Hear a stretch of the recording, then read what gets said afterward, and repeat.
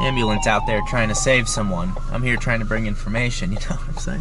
What's up guys, Jeebs here, and today we're going to be talking about my ownership experience of daily driving my 2016 Ford Focus ST in Kona Blue for 3 years. I got this in 2015, right around Black Friday.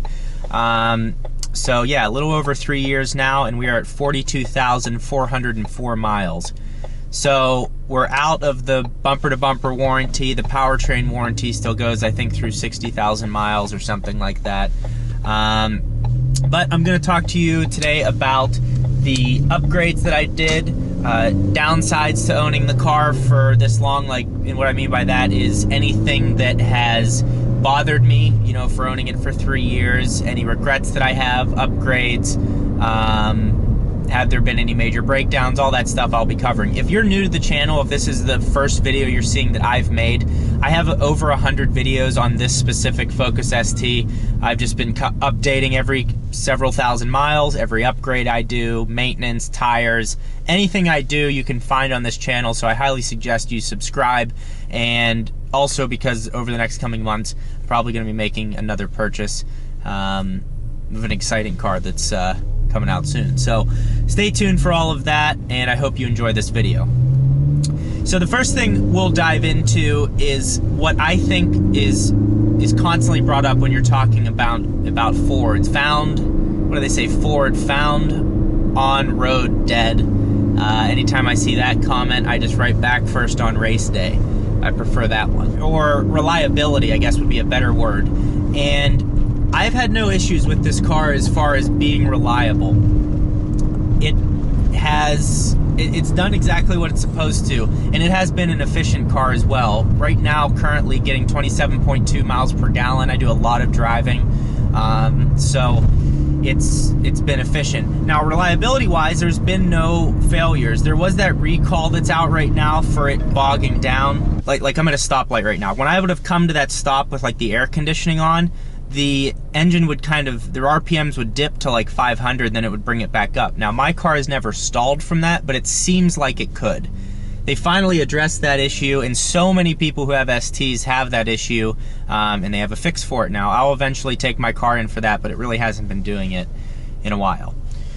Other than that, there's been no issues. I had the one time where my, I guess at the beginning of owning this car, the miles per gallon, instant miles per gallon was not reading correctly, the average. So I got that fixed. And this was caused by me, but I changed the shift bushings on this car and didn't use Loctite. So the bushings popped off and I couldn't shift. That's in another video that I'll have linked right here in a card if you want to watch me suffer on the side of the highway. But it all worked out. There's been no issues with this car. I've never taken it to the track.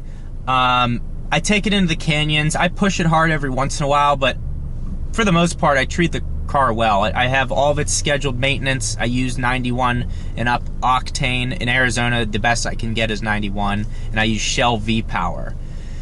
One of the other issues with this car is because of direct injection is the gunk buildup in the engine. I have not gotten any flags or anything like that, and I can't say that it's either I'm lucky or I'm doing the right things. So again, I've always used Shell V-Power fuel. That has been proven over other fuels to, there's a better word for it, but have some cleaning characteristics to the fuel that you put in your car from Shell. So when you're using 91 with the V-Power, it is better than, it has additives that help clean your engine. And I watched some videos on that online, and there is some truth to it. I'm not saying it's going, if you use that, you're not gonna have any issues. The other thing that I think helps is I haven't put a tune outside of Ford Performance on my car, and I think that helps. I changed the spark plugs to go with the tune properly with my buddy Bradley, so I followed that to a T as far as preventative maintenance for that, but I bet there's still a lot of buildup in there, and eventually I will have to do walnut blasting to clean that, and I'll do a video on it. But I have not had an issue yet. I have had people who write to me about their STs. They're like, hey, I'm having these issues. The one commonality I see between the messages from all those people is they have aftermarket tunes on their car. Mine is from Ford Performance, so it's an in-house tune, and they've done everything to make sure it's not putting the engine at risk or the powertrain at risk. So that's why I went with that. I'm just, if this is going to be my everyday car, I need it to be as reliable as possible, especially because I need it for work every day. So it's been a reliable car. Now, the other thing is, as an enthusiast, we are always looking at what is next, what's coming out next, what's the new hot hatch, what's the new coupe, like what can I get my hands on, because technology is rapidly growing. And over time, yes, I am looking at different cars, but even yesterday, I got on this, like on some turn, and just got on the gas a little bit, and I was like, wow, I still really love this car. It's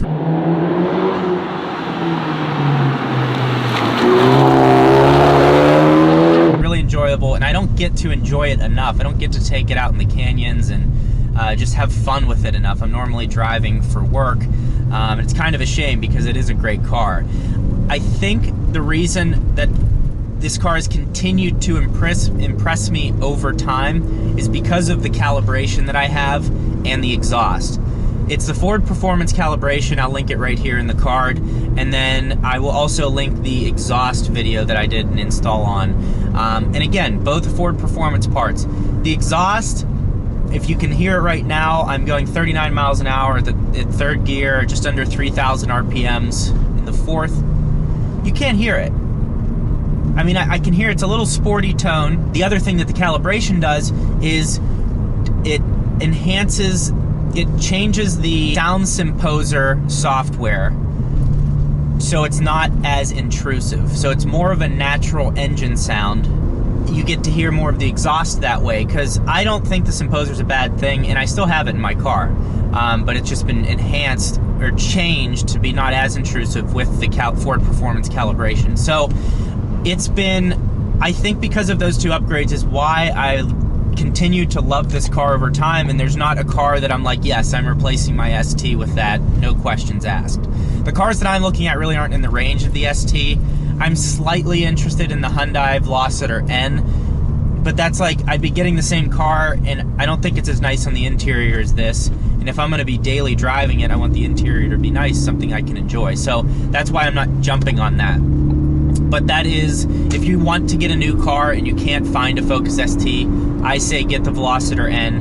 You're not going to be let down with how great it is to drive. The exhaust crackles and pops, the power, limited slip differential. It has it all. So that's going to be a great option that's filling the void of the Focus ST in the United States.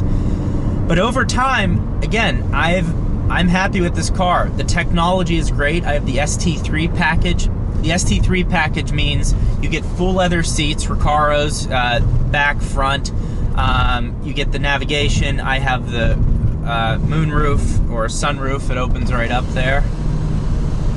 Works great. It comes with an ambient lighting package. So when right here, there's like this little knob. I can twist how bright I want it, and it comes with like 8 different colors.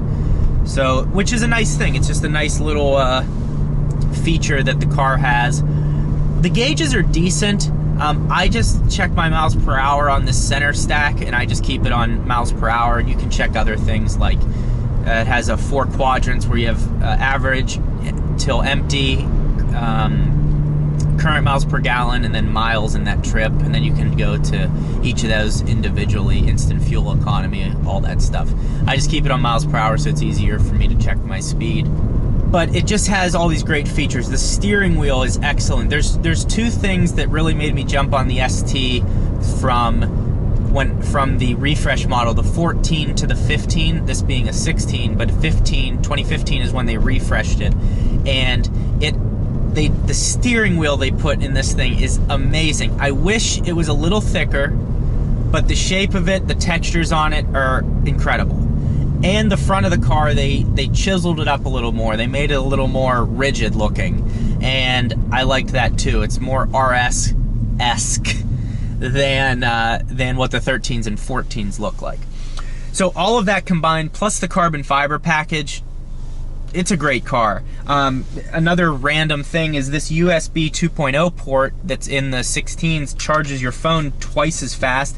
So if I'm in the car ride for 20 minutes, it can charge my phone up to 40% over what it was, which is another good thing. Sound system's okay. It's nothing special. That's something I guess you could upgrade. I don't care that much because it's good enough for me. But maybe something, if I keep this car in the long run, something I will eventually upgrade.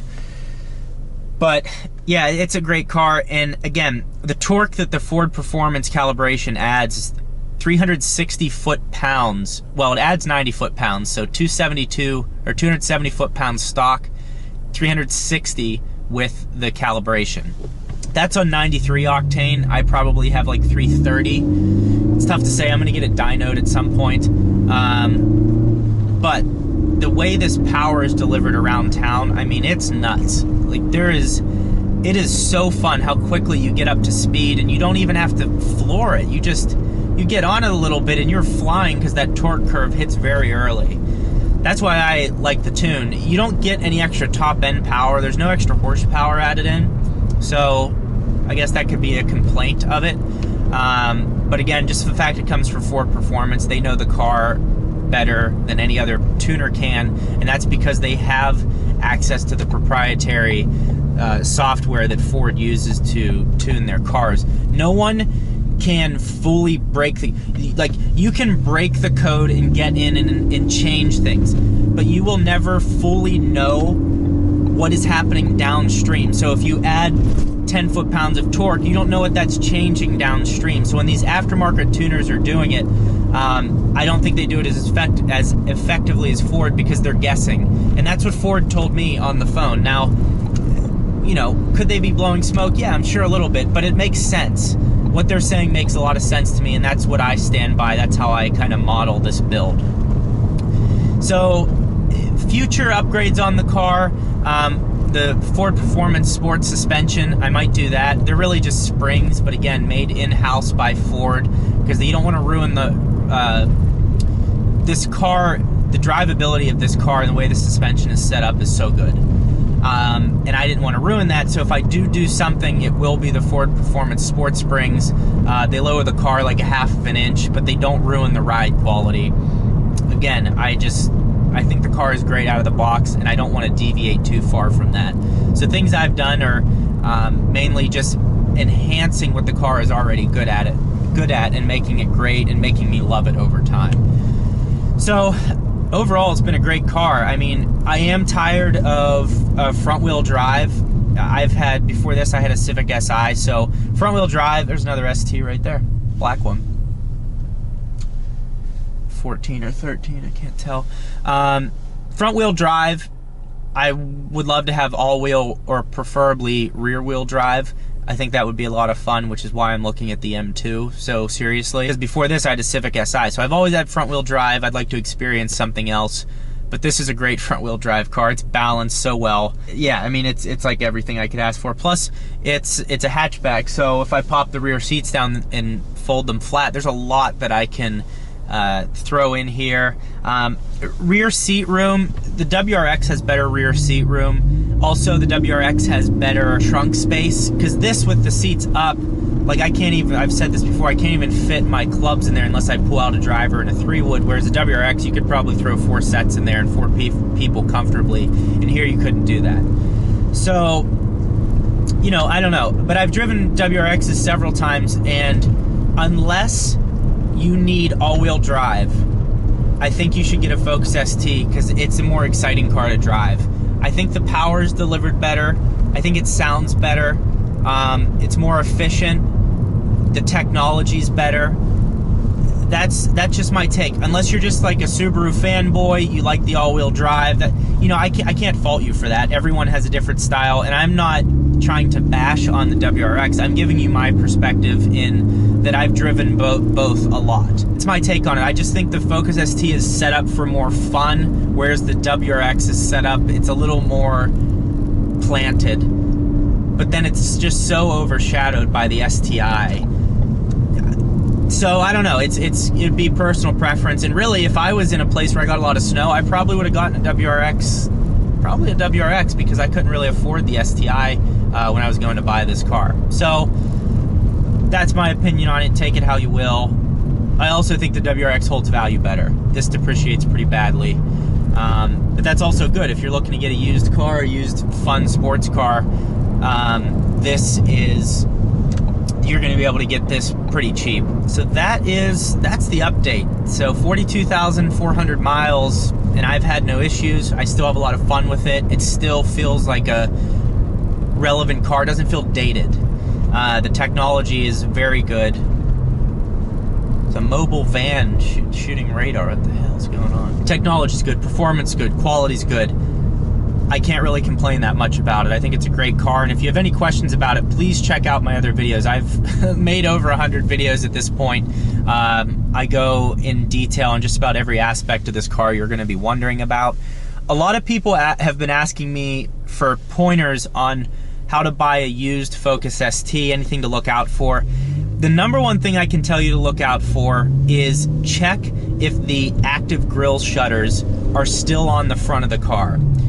You'll be able to see that by looking if there's those plastic shutters that are in where the intercooler is. If those are still there, there's a good chance that it's never had an aftermarket intercooler on it, or the person before kept it and tuned it at some point. But that's a good way to tell if it's ever been molested or not. I know there was a kid at one of my meetups who he bought an ST and said, yeah, it was totally stock. It had never been touched. And that's the first thing I noticed. Those AGS were not on the car, meaning someone put an aftermarket intercooler on it. Not the worst thing. That is a good upgrade because this car does have a small intercooler, and if you can keep that power consistent throughout, no matter what temperature you're in, it makes it a lot more fun. That is another upgrade I might do in the future. That's just something I would say. There's a Fisker Karma. That's something I would say to look out for. Just keep an eye out, because then you'll know, or it'll give you more leverage to get the price down on the car that you're looking at. So that's the best advice I can get you. Also, just getting a full service record if possible. That always helps.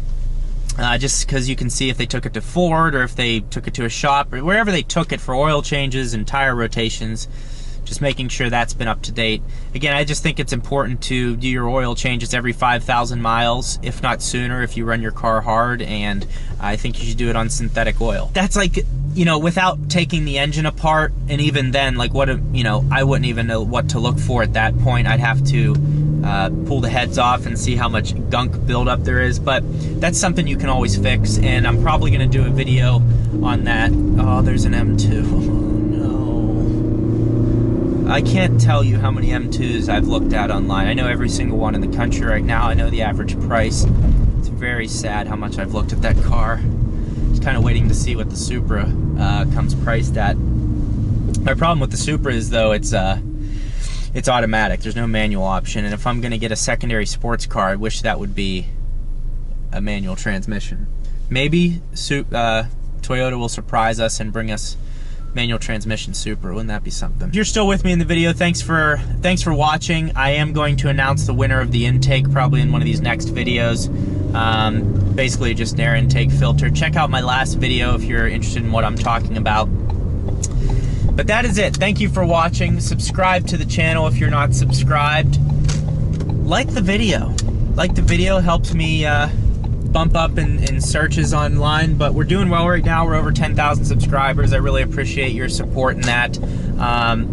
I've been lately kind of going around and supporting other smaller channels because there's a lot of good content out there on YouTube, but so much of it gets sucked up with like TJ Hunt and Parker and Doug DeMuro and all those guys, which are TJ and Doug absolutely deserve it, and in Parker too. I mean, they've been doing it for years and consistently and put a lot of work into it, but there's a lot of other good automotive channels that are small that I've just been finding lately and subscribing to, and it's fun to watch, catch them early and watch them grow. When I subscribed to TJ Hunt, he was only at 10,000 subscribers, so